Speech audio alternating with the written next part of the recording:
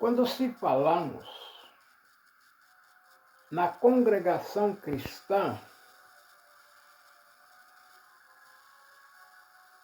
não se pode, gente, comparar a congregação cristã no Brasil,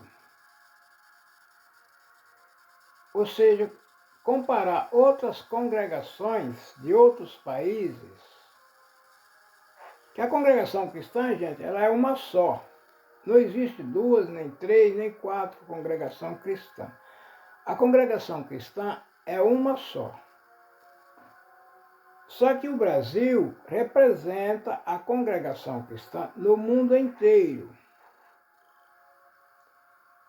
E não representa a representação da congregação cristã no resto do mundo é muito diferente.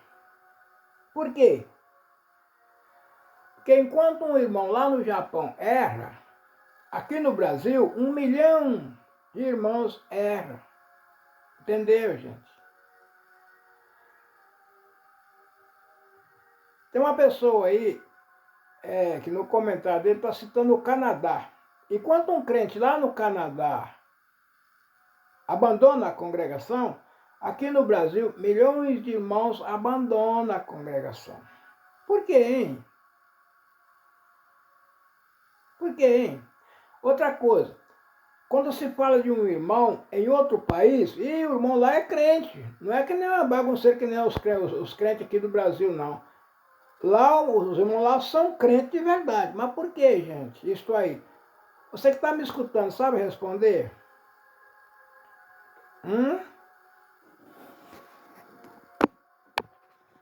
Bom, para dizer bem a verdade, a congregação cristã aqui no Brasil, ela é a sede mundial da congregação cristã no mundo inteiro. Mas, enquanto aqui no Brasil nós temos 22 mil congregações, está faltando acho que 100 pessoas para nós completar 22 mil salas de oração no Brasil. Você vai lá no Canadá, tem 13 salas de oração, gente. 13 salas de oração tem lá no Canadá. Você vai no Japão, o Japão tem 27 salas de oração. Então, enquanto aqui no Brasil tem 4 milhões, 5 milhões de crentes, se você for lá no Japão, você vai achar lá 6 mil pessoas, 6 mil crentes, em média, não tem mais do que isso. Se for lá no Canadá, você vai achar lá o máximo 2 mil crentes no Canadá. Não é para competir com 6 milhões de evangélicos aqui no Brasil, gente.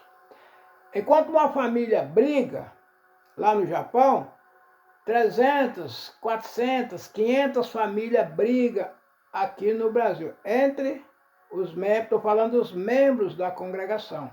Não estou falando de outras igrejas, não. Os membros da congregação. Gente, porque aonde existe agrupamento de gente, sempre existe a discórdia. 40% dos crentes da congregação não nasceram, tomaram um banho. Entendeu, gente? 40% dos que batizam, porque o batismo é o novo nascimento. Quem não nascer da água e do Espírito não pode ver o reino de Deus. Não pode ver o reino de Deus. Gente, só vê o reino de Deus na CCB quem nasceu da água e do Espírito. Porque nascer da água é fácil, gente. Tomar um banho, chegou lá, o ancião mergulha a pessoa na água, mas ele não morreu, ele não nasceu. E para nascer na congregação tem que morrer. Morrer como, gente? Você tem que morrer para as coisas desse mundo, os desejos do mundo. O crente, quando ele batiza na congregação, o itinerário dele não é ficar discutindo religião, não é ficar, entendeu, gente? Olhando aquele que está fazendo errado ou aquele que está fazendo certo. O negócio dele é trabalhar. Trabalhar como? Servir a Deus da maneira que Deus pede. Ou você acha que Deus não conversa com o membro na congregação? Conversa. Vai conversar com aquele irmão que está atrás do futebol, aquele irmão que está atrás da praia, aquele irmão que está atrás procurando, entendeu? Festas, onde tem uma festa, tem uma churrascada, onde tem um casamento, onde tem... Vamos dizer que os irmãos não acompanham essas coisas, é claro. Você tem seu vizinho lá, vai casar, te convida, tudo bem. Você ser convidado para um casamento e fazer a sua apresentação lá, dar uma atenção, é uma coisa. E você ser fanático. Você vai na igreja para ver o irmão que orou, entendeu? Que orou certo, que orou errado, que pregou certo, que pregou errado, o que foi bem vestido, que foi mal vestido, o que chegou lá e ficou conversando e você escutando. Gente, o apóstolo São Paulo escreveu assim: ninguém que milita se embaraça nos cuidados desta vida, a fim de agradar aquele que o alistrou para a guerra. Se o tal que vai guerrear não guerrear legitimamente, o tal não será coroado. Por quê, gente? Porque o mau soldado morre na guerra. O governo convoca um grupo de homens para defender o seu país, defender a sua nação. Ele vai guerrear, gente. Se ele chegar lá e não meter bala no inimigo, ele morre. Agora ele chega lá e fica se preocupando lá com moço, com namoro, entendeu? Com festa, com isso, com aquilo. Daí a pouco ele está derrotado. Na congregação cristã, nós somos chamados para louvar a Deus, que Ele é digno de todo louvor. Este é o principal que nós somos chamados na congregação, para dar louvor e glória a Deus. Em outro lugar, levar as boas novas do reino de Deus a outras pessoas que estão escravizadas na mentira. A finalidade do crente na congregação cristã no Brasil, gente, é guerrear. Ele levar a verdade contra a mentira. Como é que é isso aí? Tudo que está escrito na palavra de Deus, desde lá de Adão até Jesus Cristo, e depois dando continuidade pelos apóstolos, e estendendo no mundo de hoje. Mas você vai pregar para o pessoal aí as cartas de Paulo, ele evangelizou, foi o povo de Corinto. O evangelho dele não serve aqui para o Brasil. Qual é o evangelho que serve para o Brasil? Se você for pregar, começando lá do Adão, é tudo diferente. Você pode, na lei de Moisés, já era diferente do mundo vindouro lá do Adão. Porque lá no Adão já tinha a contradição da verdade. O dia que você comer daquele fruto, certamente morrerás. Aí chegou outro, não. Por certo, não morrerá. O Senhor vos disse isso, porque eles sabem que o dia que vocês comerem desse fruto, vocês vão sabido que nem ele, conhecendo o bem e o mal. O dia que eles ficaram conhecendo o bem e o mal, eles não aceitou mais o Senhor. Quando o Senhor chamou Adão, cadê você? Ah, Senhor, eu ouvi a tua voz e me escondi porque estou nu. Não pôde mais aparecer diante de Deus. Para quê? Para discutir com Deus? Não, agora já sei de tudo. Agora já sei de tudo. Debater com Deus? Bom, já veio de lá. Aí, ó, viu?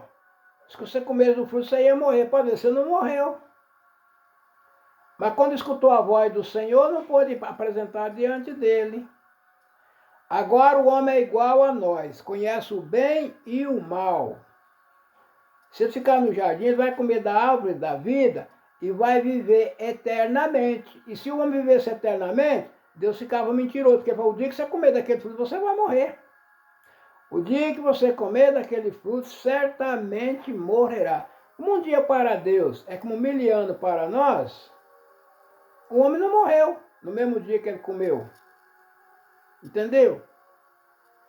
Não morreu, mas ficou doente. Agora, você vai lavrar a terra. No suor do teu rosto vai ganhar o teu pão. aquela honra que ele tinha do Senhor, trazer tudo, mastigadinho para ele, era só levantar, comer, beber e dormir. Não, agora você vai plantar, você vai roçar o mato, você vai queimar, você vai plantar, você vai colher para você saber quanto custa o alimento que você come.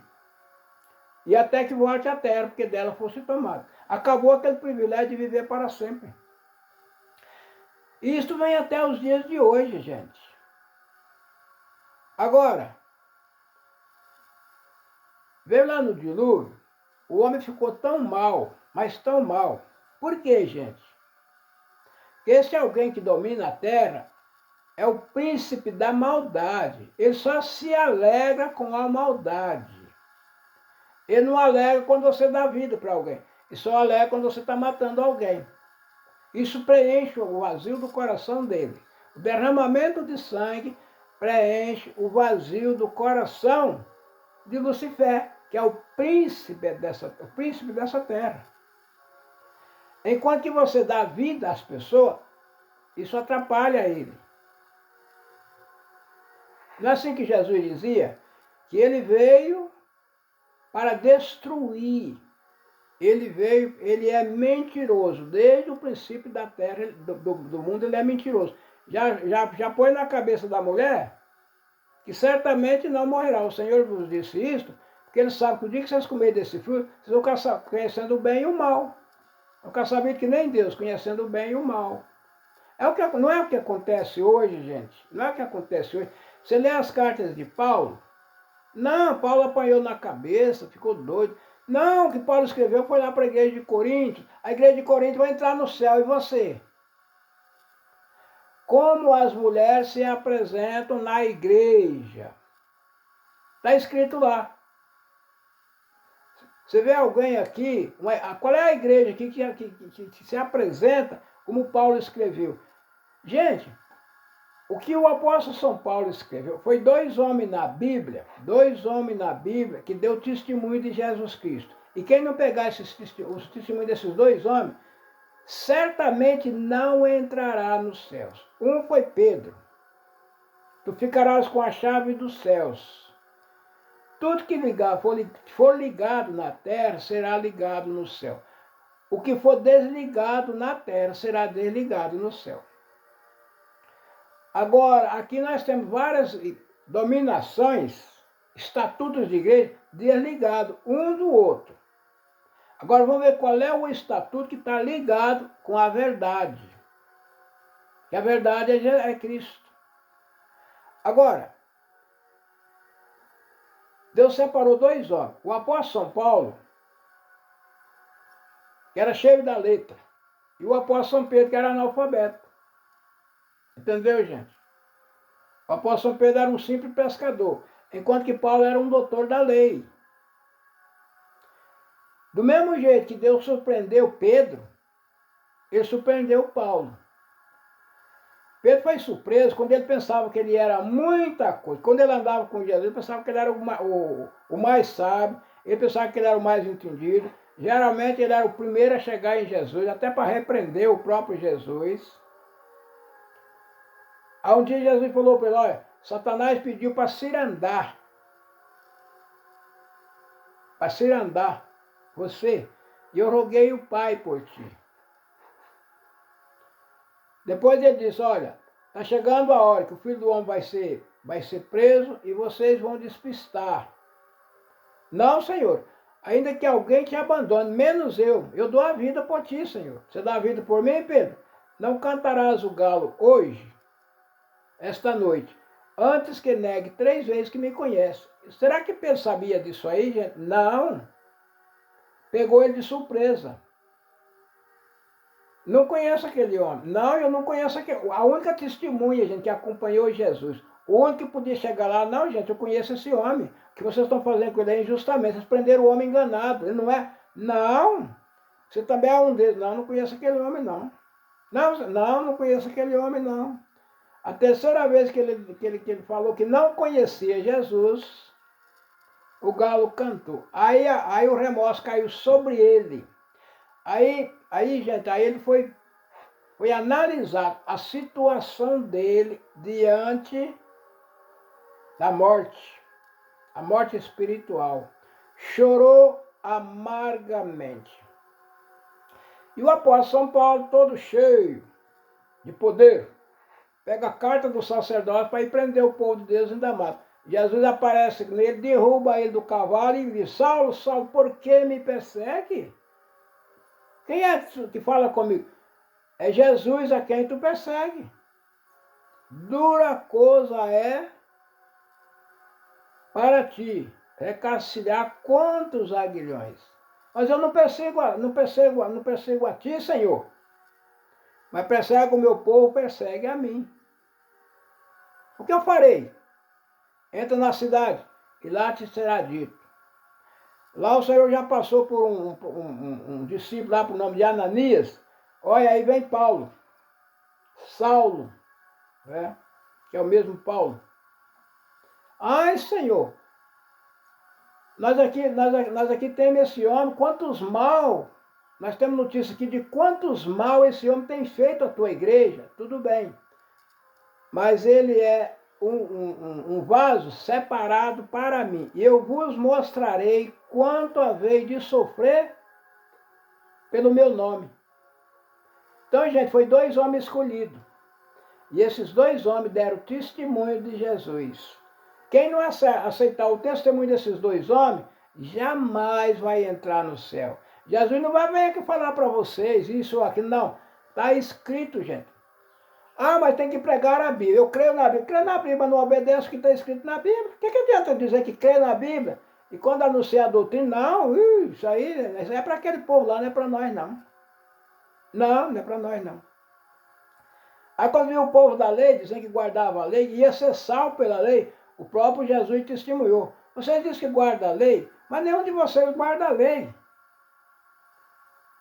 Ninguém de vocês vai falar para os doutores da lei. Ninguém de vocês guarda a lei. Não vos deu Moisés a lei dizendo, não matarás? E por que querem matar-me? Gente, era um decreto secreto que eles tinham para matar Jesus. Aquilo não contava para ninguém, mas Jesus sabia. Aí estourava. Opa, você está louco? Quem quer matar você? Vocês querem me matar porque no sábado curei um homem. Gente, o homem fez bem, curou um homem que tinha a mão torta. Ele curou esse homem. Isso aí provocou, entendeu? A ira dos doutores da lei querendo matar ele. Só porque fez o bem? Gente, não é o que acontece hoje. Nós temos aqui no Brasil a congregação cristã que tem uma entrada e saída de gente. É que nem uma empresa, gente, uma multinacional, ela tem uma entrada e saída de gente diariamente.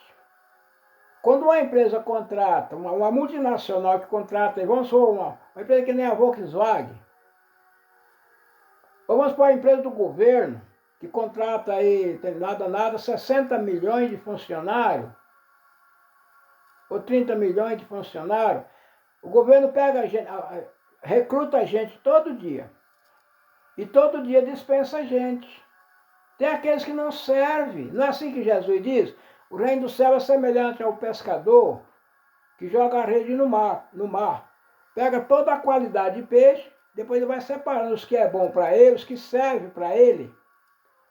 E aqueles que não servem, ele devolve no mar. Assim, gente, é a obra de Deus aqui na terra. A congregação cristã no Brasil, ou nos Estados Unidos, ou na Alemanha, ou em qualquer lugar do mundo, entendeu, gente? Ela tem uma queda de 20% do pessoal que entra na congregação. No ano que Deus me chamou, foi batizado em média quase 35 mil pessoas. 20% dessas 35 mil pessoas abandonando a igreja. Quantas pessoas saíram naquele ano? 7 mil pessoas no ano que Deus me chamou. Em média, 7 mil crentes abandonaram a igreja. E nesse meio vai ancião, vai cooperador, vai músico, vai irmã que trabalha na obra da piedade, vai porteiro, vai... Entendeu, gente? vai quem tem cargo na igreja e quem não tem. No ano de 2024, entendeu, gente? 2024, o Senhor chamou 140 e poucas mil pessoas. Divide essas pessoas aí para congregações de 20 pessoas por igreja, gente. 40 bancos para cada igreja. Divide agora 14 para 2, quando dá certo. São 700 igrejas que a congregação precisou construir para obrigar este povo. No ano de 2024, hein? Enquanto lá no ano que o Senhor me chamou, entrou 35 mil pessoas na congregação, em 2024 entrou 140 e poucas mil pessoas na congregação. Entendeu, gente? Agora, 35 para 2, entendeu, gente? 35 para 2 dá 17. 16, 35 para 2 vai dar... Vai dar quanto aí? Você que está me escutando, faz a conta aí. Entendeu, gente? 17.500 pessoas. Quer dizer, seria 175 congregações que os irmãos precisou construir naquele ano para obrigar 35 mil pessoas, né? Agora, no ano de 2024, uma média de 700 congregações para obrigar 144 mil pessoas e 700 e poucas. Agora, quando põe o povo para trabalhar de graça, construindo congregação, gente, os crentes estão construindo a igreja deles. Tem aí 200, 300, 400, 500 irmãos precisando de uma igreja. No meio desse povo tem carpinteiro, tem pedreiro, tem servente, tem ferreiro, tem tudo que precisa. Tem o dinheiro? Tem. Vamos fazer coleta, gente, e vamos construir a nossa igreja. Não é melhor do que pegar uma construtora aí, que nós temos a construtora, mas a construtora ela faz uma parte e a Irmandade em mutirão faz outra parte. Não é melhor juntar aí, o tempo de nós ir para a praia tomar banho, morrer afogado, ir para a festa lá onde sai uma briga, ir passear de carro onde atropela o outro lá e cria problema para ele mesmo. Vamos construir uma igreja para nós. Vamos construir a nossa igreja. Entendeu, gente? O tempo de eu pegar meu dinheiro e pagar alguém para vir trabalhar para mim, eu mesmo trabalho. Tem uma congregação aí com 300, 400 irmãos. Aí junta aí um grupo de... Quem concorda em vir trabalhar? Quem está desocupado e pode trabalhar, vir trabalhar na obra. Construir a nossa igreja. Construir a igreja para nós. Aqueles que não podem vir, gente, eles contribuem com o dinheiro. E aqueles que estão desocupados vão trabalhar. E assim uma mão lava a outra. Não é melhor nós construir a nossa própria igreja do que pagar milhões e milhões para outro vir trabalhar? Então, pessoas que entendeu, gente? A construtora que vai cobrar uma igreja que nós fazendo ela custa para nós 500 mil. Nós vamos pagar 2 ou 3 milhões para uma construtora. Então, os crentes da congregação, não é que eles trabalham de graça, não é que são escravizados, não. Nós temos aí, gente, no ano de 2025, o Senhor chamou na congregação 100.000, entendeu, gente? 103.000, 99.000 e 700 e poucas pessoas. Não chegou a 100 mil, não. Mas em 2024 o Senhor chamou 140 e poucas mil, né? Na epidemia, que as igrejas ficou fechadas, o Senhor chamou, parece que 80 e poucas mil pessoas. Entendeu, gente? Parece que 56 mil, um negócio assim. Eu não estou com a estatística na mão aqui, não.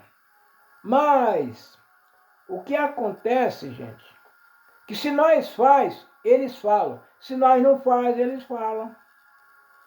Os pastores cobra dízimo e compra fazenda com o dinheiro dele, eles falam. Nós não cobramos dízimo, mas também não cobramos o trabalho que nós faz na congregação. Eles faz. Eles falam. O diabo, de qualquer maneira que você fizer, ele reprova. Se você falar a verdade, ele fala que é mentira. Se você falar mentira, ele fala que é verdade. Sempre é o contra. Não é assim que ele fez lá no encontro com Deus, na reunião do Filho de Deus lá, quando ele foi também, entendeu?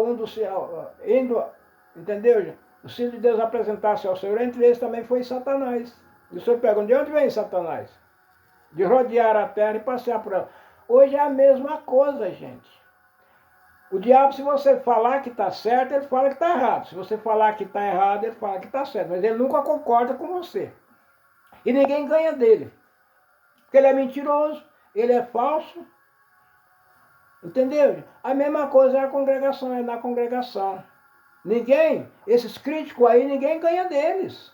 Por quê? Porque são mentirosos, são falsos. Eles inventam coisa que não tem nada a ver. Você está lendo a Bíblia e ele está condenando a pessoa que está lendo a Bíblia. Ah, mas a congregação não lê a Bíblia. A congregação não lê a Bíblia. A congregação proíbe ler a Bíblia. A congregação proíbe tanto ler a Bíblia, gente, que teve uma certa ocasião que eles resolveram modificarem a Bíblia. Os evangélicos resolveram modificarem a Bíblia. E quando a congregação foi receber as Bíblias, a Bíblia, a imprensa bíblica brasileira tinha modificado a Bíblia. Entendeu, gente? Aí a congregação não aceitou, que a nossa Bíblia é a João Ferreira de Almeida. Nós não aceitamos outra Bíblia, por quê? O irmão lá na frente convida o povo para ler a Bíblia com ele. Agora eu tenho uma Bíblia do João Ferreira, o outro tem uma Bíblia do Mato Soares, outro tem uma Bíblia da edição Paulina, outro tem a Bíblia da tradução Novo Mundo, da Testemunha de Jeová. Como é que vai ter? Não. Então a nossa Bíblia é a tradução Almeida. Quando você vê algum pastor anunciar no programa dele, nos evangelhos, ele em alguma parte da Bíblia fala Almeida é a Bíblia que a congregação usa. Quando a congregação foi pegar as nossas Bíblias, a Bíblia tinha sido modificada, a congregação não aceitou. A congregação não aceitando a Bíblia, a imprensa bíblica brasileira ia fechar. Por quê, gente? Porque a congregação é a que mais compra a Bíblia. Quando nós não lê a Bíblia, nós somos os que mais compra a Bíblia, e nós não compramos a Bíblia para outras igrejas, não. Nós compramos a Bíblia para o nosso povo ler. Quando a congregação cristã que proíbe ler a Bíblia, é a que segura a imprensa bíblica brasileira, que é a que mais compra a Bíblia. Gente, batizando 140 mil pessoas, são 140 mil Bíblias que nós fornecemos para nossos irmãos. É ensinamento da congregação cristã. Batizou na congregação uma lista de endereços, que aonde ele chegar e precisar congregar, ele sabe onde tem uma congregação.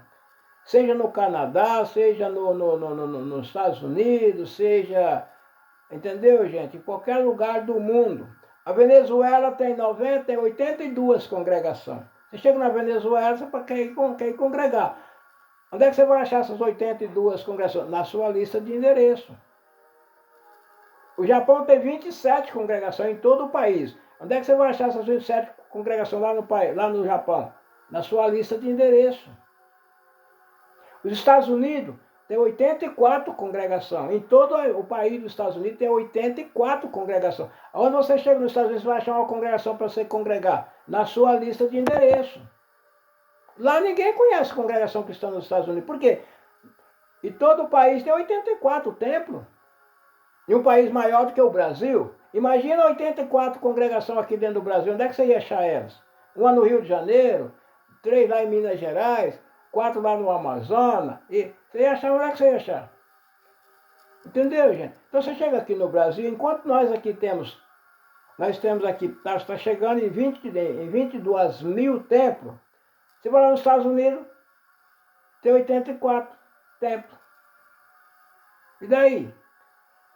Então, gente, agora, não é que nós escravizamos o povo. O povo tem boa vontade para trabalhar, para construir a própria igreja dele. A mulher chega no culto com a criança, debaixo do frio, debaixo da chuva. O velhinho chega no frio, na chuva. A irmandade aí, 200, 300 irmãos no frio, na chuva. Vamos construir uma congregação. Quando veio a migração da lavoura para a cidade, gente, os grandes proprietários de terra puseram máquinas para beneficiar a terra e mandou todo aquele pessoal que era agregado, que pagava, entendeu, gente? Pagava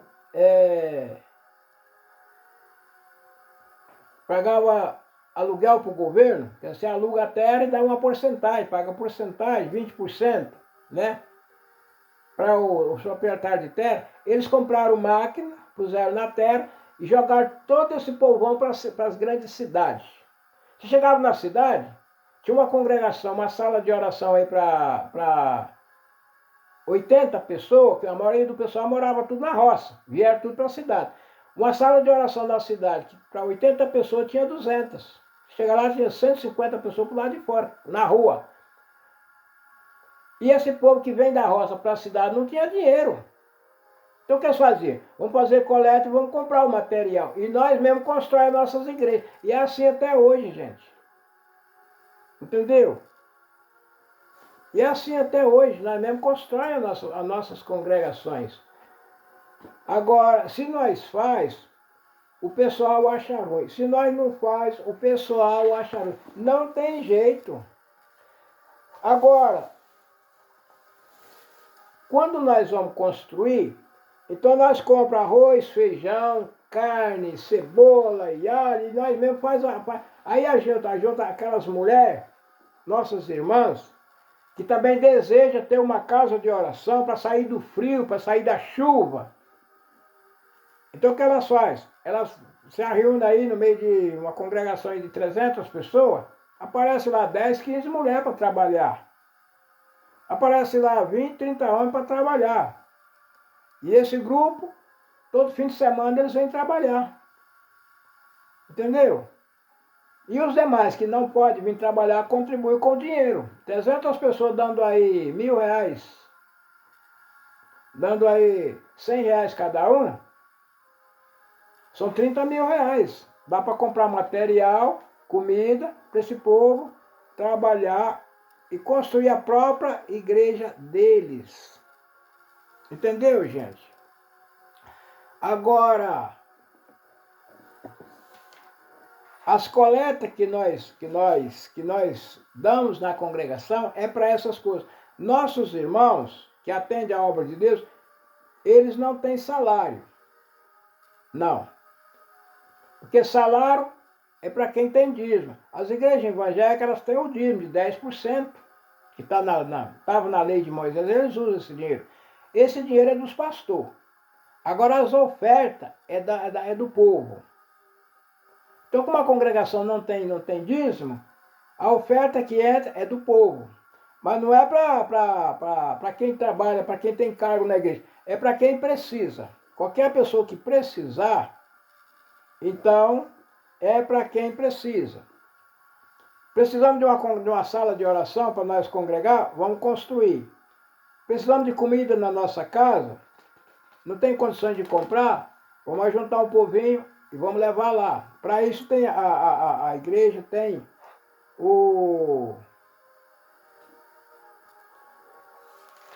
tem os irmãos que atendem essa parte. Mas Quando nós entramos na congregação, gente, o nosso itinerário é louvar a Deus, não é ficar discutindo com quem abandonou a igreja. Agora eu crio uma rede social para ficar aí convocando pessoas que abandonou a congregação, para vir, por que você abandonou a congregação? Você chega lá, tá cheio de mentira. Ninguém vai dizer, não, eu abandonei a congregação porque eu fiz isso. Não, é o ancião que é o errado, que não tem amor. Mas não é o ancião que vai pôr ninguém no céu, gente. O ancião está ali para cumprir ordem. E o mesmo Jesus diz, por que me chama Senhor, Senhor, e não faz o que eu mando? Entra na congregação, se você corrige, você está errado. Se você não corrige, você está errado. Não é a igreja católica, apostólica romana? Você nasce lá na igreja, vão lá na basílica, na igreja e batiza lá, a criança, batiza eles. Ele cresce sendo católico.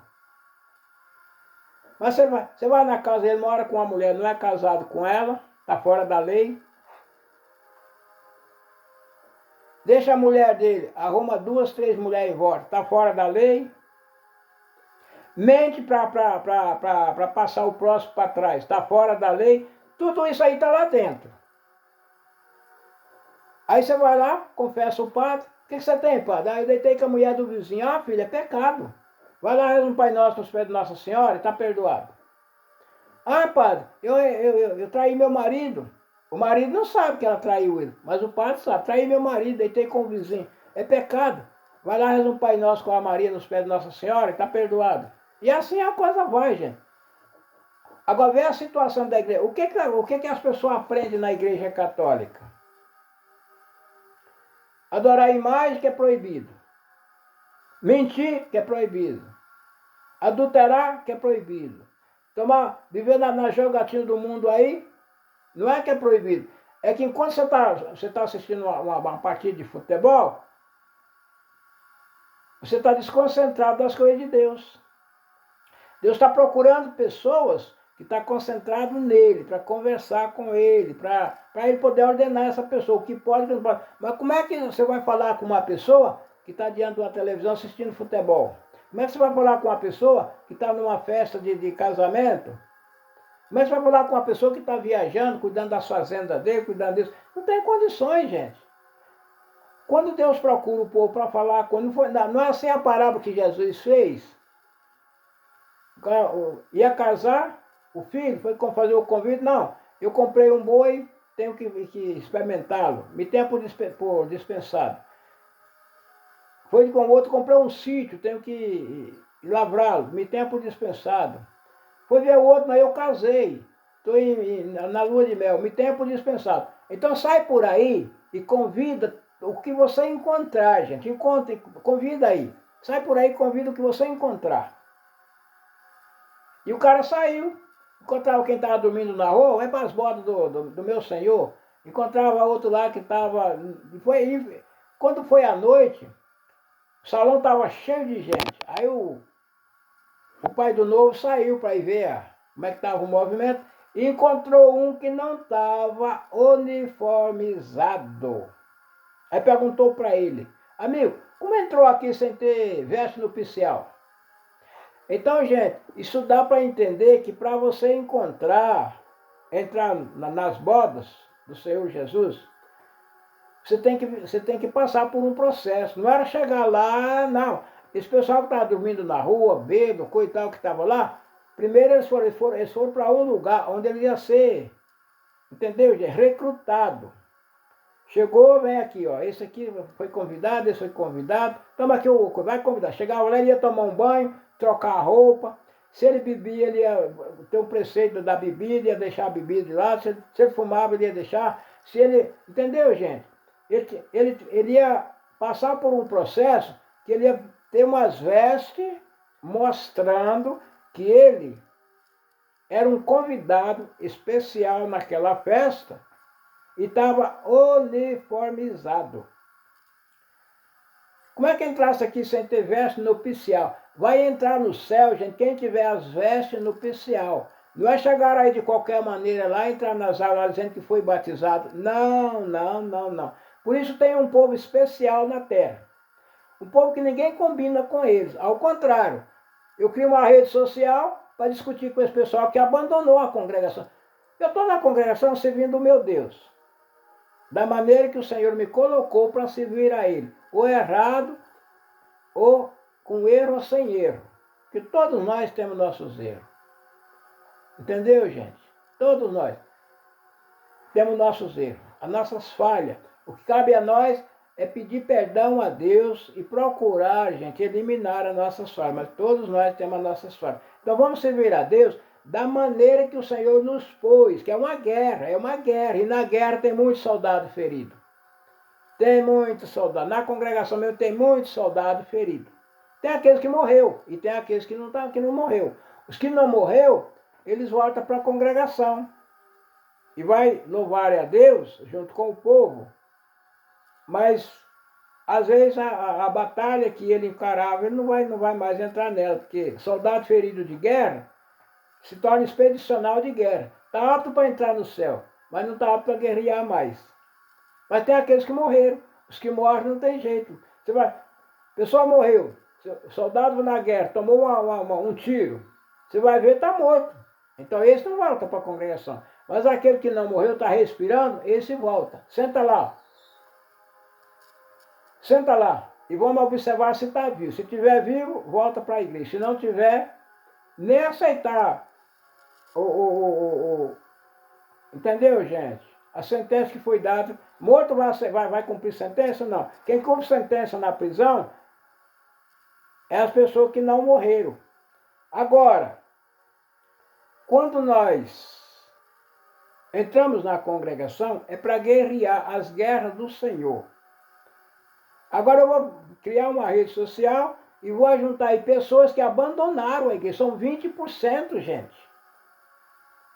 Tira 20% de 100 mil, são 20 mil pessoas, em média, que abandonam a congregação por ano.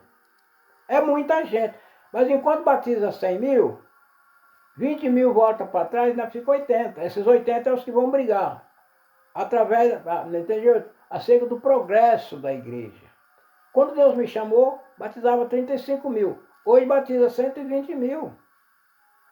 Então, dá para entender que esse tempo que eu tive na congregação, eu progredi. E para levantar naqueles microfones da congregação, falar, eu tenho 50 anos de batizado, não é para qualquer um, não. Você entrar numa empresa de nome, de fama, e você falar que você tem 50 anos de trabalho naquela empresa, não é para qualquer funcionário, não, gente. Então, na congregação é assim. Aqueles que entram na congregação na finalidade de salvar a alma deles, esses permanecem lá dentro. Mas aqueles que entram lá para ficar escrafunchando a vida do próximo, daí a pouco ele está lá fora. É porque o Senhor não tem amor, o cooperador me machucou, o irmão lá falou mal de mim, e por causa disso eu saí da congregação. Saiu nada, saiu porque o Senhor olhou, jogou a rede no mar, ele saiu na rede, mas não serviu, o Senhor tirou ele fora. E aqueles que serviu estão lá. E você, o que você me diz disso aí? Se falar que está certo, você fala que está errado. Fica aí olhando defeito dos outros. É porque a congregação lá, porque a congregação...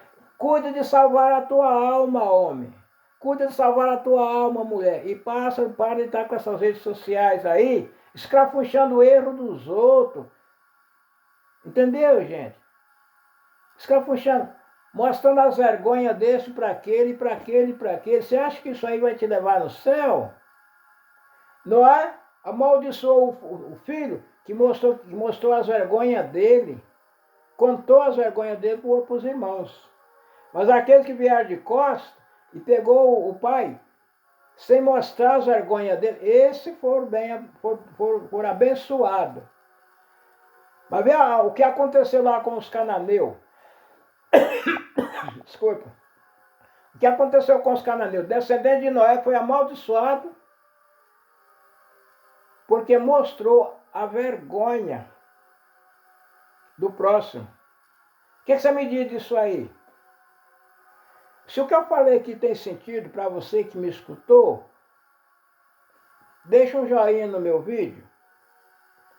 Ajuda a levar esse vídeo a outras pessoas e aguarde o próximo vídeo que vem aí. Deus que abençoe a todos. Amém.